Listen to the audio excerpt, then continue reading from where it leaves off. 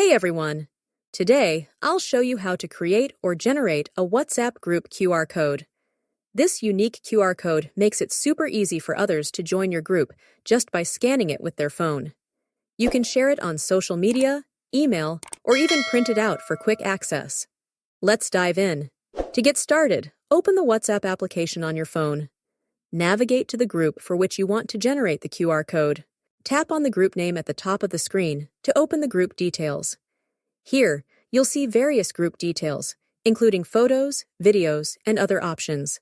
Scroll down to the Members or Participants section and look for the option labeled Invite to Group via link. Tap on it and you'll see a few options. Copy the link, send the link via WhatsApp, or generate a QR code. Select the QR code option, and WhatsApp will automatically create a unique QR code for your group. To save it, you can take a screenshot, which will be stored in your photo gallery. Or you can use the share icon at the top right to directly share the QR code through apps like Instagram, email, TikTok, and more. And that's it! You've successfully created a QR code for your WhatsApp group. If you enjoyed this tutorial, be sure to check out the playlist in the description below for more WhatsApp tips. Thanks for watching, and I'll see you in the next video.